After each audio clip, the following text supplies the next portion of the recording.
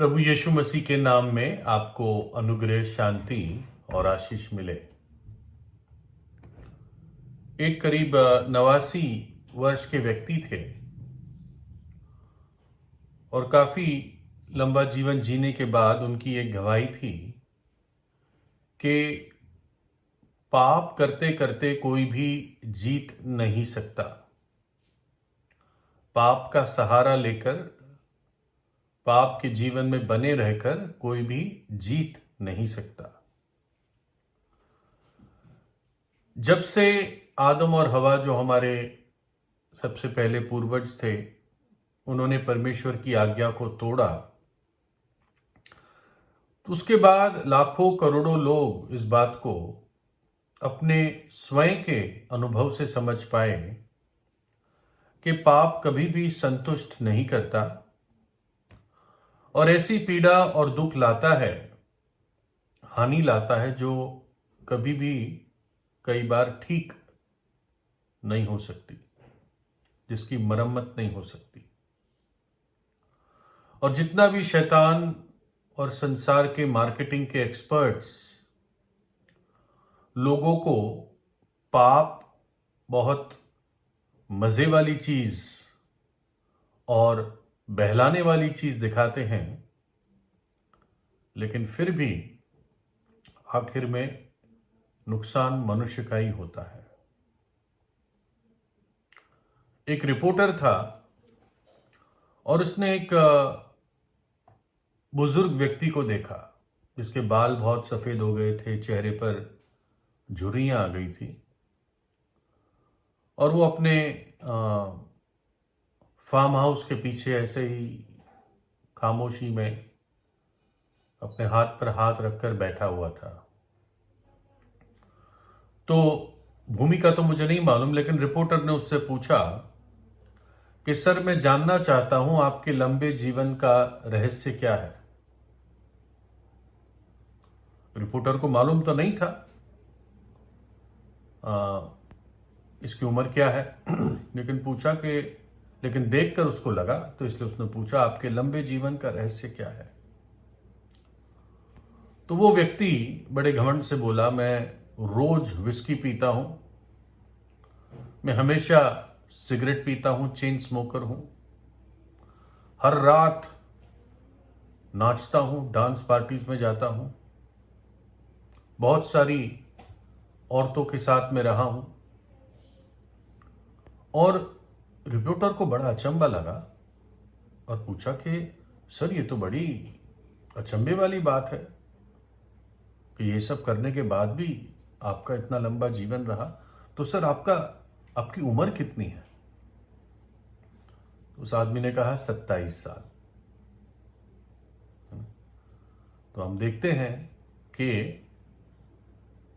कैसे पाप जो है मनुष्य को उसकी अवस्था से, उसकी स्थिति से, उसके स्तर से गिरा देता है। एक 27 साल वाला बुजुर्ग दिख रहा था। क्या आपको मालूम है कि कुछ प्रोडक्ट्स ऐसे होते हैं जिस पर विशेष टैक्स लगता है? आपको मालूम है, जो भी सामान आप खरीदते हैं दुकानों से, उन सब पर कोई ना कोई टैक्स होता है। वैट होता है या जीएसटी होता है, सेल्स टैक्स होता है। तो ये टैक्स इसलिए होता है ताकि वो टैक्स फिर सरकार को जाता है, वो दुकानदार को नहीं जाता, मतलब ईमानदारी से देखा जाए तो। लेकिन कुछ ऐसे विशेष प्रोडक्ट्स हैं जिनके ऊपर पाप कर लगता है, सिन टैक्स, यही नाम होता है। आप गूगल में भी देखोगे, सरकारी वेबसाइट पे देखोगे, तो कुछ ऐसे प्रोडक्ट्स हैं जिस पर गवर्नमेंट सिन टैक्स लगाती है, यानी पाप कर। वो मानती है कि ये प्रोडक्ट्स पाप की कैटेगरी में आते हैं और इसलिए जो इसको लेता है उसको ज्यादा टैक्स देना चाहिए, क्योंकि इन प्रोडक्ट्स को कंज्यूम करने से, उपयोग करने से समाज में मुश्किल आती है। तो किन किन चीजों पे कम से कम थोड़ी बता रहा हूं मैं, पाप कर लगता है। पाप कर, सिन टैक्स लगता है टबैको पे, तंबाकू पे, क्योंकि उससे सिगरेट्स बनती है जिससे कैंसर होता है। शराब पर, है ना, जो महंगी महंगी शराबें मिलती है, महंगी क्यों होती है, काफी टैक्स भी होता है इन पे। फिर जिसमें ज्यादा चीनी वाले जो ड्रिंक्स होते हैं, क्योंकि इससे लोगों को डायबिटीज होता है, जो अपने आप में एक तौर से एक स्टेज पे जानलेवा होता है। और चौथा गैम्बलिंग, जो बड़े बड़े कैसीनो होते हैं। तो इन सारी चीजों पर सिन टैक्स लगता है, पाप कर। तो इससे क्या है, एक तो जब महंगा पड़ जाता है आम आदमी को, तो वो कम खर्चना चाहता है। मानो कि एक आदमी की तनख्वाह इतनी है कि वो खाना ही खा सकता हो, परिवार को खाना ही खिला सकता हो, तो वो कोशिश करेगा, अगर वो स्मोकर है, वो कोशिश करेगा दिन में 2 सिगरेट पी ले, क्योंकि महंगी पड़ती है ना। हो सकता है पहले जब बहुत सस्ती थी आदमी 1 पैकेट पी जाता। तो इसलिए इनको पाप कर कहा जाता है, ताकि इसका उपयोग को डिस्करेज किया जाए। और अगर लोग ज्यादा यूज करते हैं, अमीर लोग करते ही हैं, मतलब जो इन चीजों में है, और सरकार को इससे काफी पैसा मिलता है। तो एक बार किसी प्रदेश में ये जो व्यवस्था बनाते हैं, लॉज बनाते हैं देश के लिए, तो वो बैठे थे वो डिस्कशन के लिए कि क्या पाप कर इस वर्ष बढ़ाया जाए, शराब पे, टबैको पे, कैसीनोज पे और चीनी वाले ड्रिंक्स पर। तो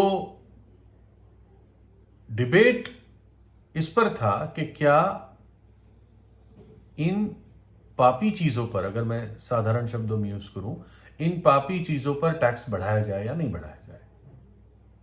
लेकिन इस पर कोई डिस्कशन नहीं था कि वास्तव में जब पाप मनुष्य के जीवन में होता है, तो अपने आप ही वो एक कर का काम करता है आदमी पर। पाप ही एक कर है मनुष्य पर। जो कर शब्द है, चूंगी जो शब्द है, या टैक्स जो शब्द है, इसका मूल अर्थ है, इसका मूल जो अर्थ है, इसका अर्थ है भारी मांग, हेवी डिमांड, भारी मांग। तो हमें इस बात को समझना है कि पाप खुद हमें टैक्स करता है। पाप की खुद भारी मांग होती है मनुष्य से।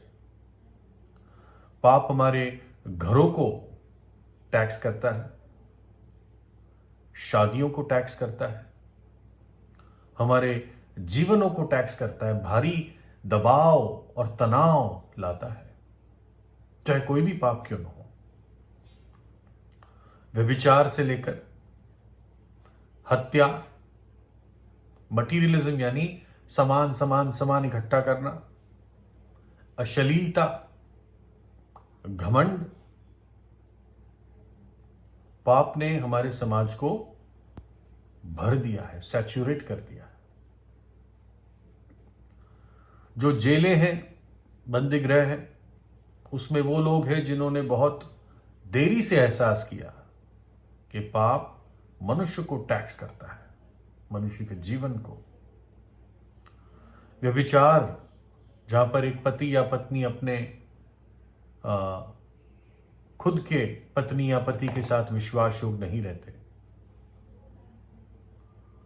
वो सोचते हैं इसमें बड़ा चारा है ऐसे संबंधों में, लेकिन आखिर में उनकी शादी खत्म हो जाती है, उनका परिवार बर्बाद हो जाता है। बाइबल कहती है कि एक पुरुष जो पराई स्त्री को छूता है, वो जलते हुए कोयले को अपने सीने पे रखता है और जलते हुए कोयले पर चलता है। क्या उसका सीना नहीं जलेगा? निश्चित रूप से। जो पोर्नोग्राफी है, अश्लील गंदी फिल्में, गंदी किताबें, ये व्यक्ति को लुभाती है, लेकिन आखिर में वो व्यक्ति दर्द और दोष से उसका विवेक भर जाता है। कहीं ना कहीं कोई ना कोई व्यक्ति, शायद आप भी क्यों ना हो, पाप के लिए टैक्स भर रहे हैं। हो सकता है शराब और तंबाकू की बात ना हो, लेकिन कहीं ना कहीं एक टैक्स आप दे रहे हैं। संसार कहता है पाप से बड़ा मजा है, लेकिन परमेश्वर कहता है पाप आपको खत्म कर देगा। पापों की मजदूरी तो मृत्यु है। पहले पाप शायद अच्छा लगे, लेकिन पाप कभी भी आपके लिए अच्छा नहीं है। पाप अच्छा लग सकता है क्षणिक भर पल के लिए, लेकिन पाप आपके लिए कभी भी अच्छा नहीं है। किसी ने कहा है कि पाप हमेशा जितना हमें जाना होता है उससे ज्यादा ही दूर ले जाता है। जितना हमें देना होता है उससे ज्यादा ही हम खर्च देते हैं। जितना हमें टिकना होता है उससे ज्यादा ही लंबा समय हम वहां बिता देते हैं। तो चाहे हम या सरकार किसी पापी प्रोडक्ट्स को टैक्स लगाए ना लगाए, बढ़ाए ना घटाए, लेकिन जरूर पाप हमें टैक्स करता है। मनुष्य जाति को, व्यक्ति के जीवन को टैक्स करता है। तो जैसे मैंने बताया पापों की मजदूरी मृत्यु है, लेकिन यहां पर खत्म नहीं होता यह वचन। लिखा है परंतु हमारे परमेश्वर का वरदान हमारे प्रभु यीशु मसीह में अनंत जीवन है। परमेश्वर का वरदान हमारे प्रभु यीशु मसीह में अनंत जीवन है। याद कीजिए जिसकी कहानी का जिक्र कई बार करते हैं, जो भगोड़ा बेटा, जो बाप के घर में राजकुमार की तरह रहता था। सब कुछ था, आनंद था, शांति थी, लेकिन पाप का खिंचाव, शारीरिक अभिलाषाओं का खिंचाव इतना उस पर प्रबल था कि उसने अपनी शारीरिक अभिलाषाओं की बात सुन ली और दूर चला गया। पाप में जीवन में अपने जीवन को बर्बाद कर दिया। और क्या हुआ? उस पाप ने उस पर इतना टैक्स डाला कि एक राजकुमार सूअर के साथ बैठने लगा, सूअरों के साथ उनको चराने लगा, खाने को नहीं था। प्रभु यीशु मसीह इस जगत में हमें सॉल्यूशन देने आया, इस टैक्स से आजाद करने आया, जो पाप हम पर लगाता है, जो पाप हमसे भारी मांग करता है, जिस बंधन में हमें रखता है। प्रभु यीशु ने कहा तुम सत्य को जानोगे और सत्य तुम्हें आजाद करेगा। पाप बांधता है। यूहन्ना 8:34 में प्रभु यीशु ने कहा मैं तुमसे सच सच कहता हूं, जो पाप करता है वो पाप का दास है, जो पाप करता है वो पाप का गुलाम है।